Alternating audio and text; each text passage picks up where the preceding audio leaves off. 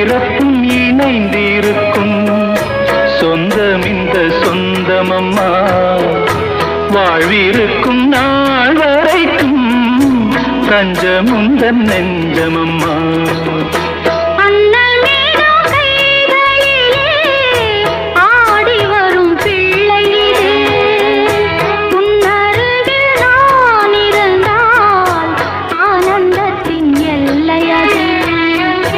காயத்ரி மந்திரத்தை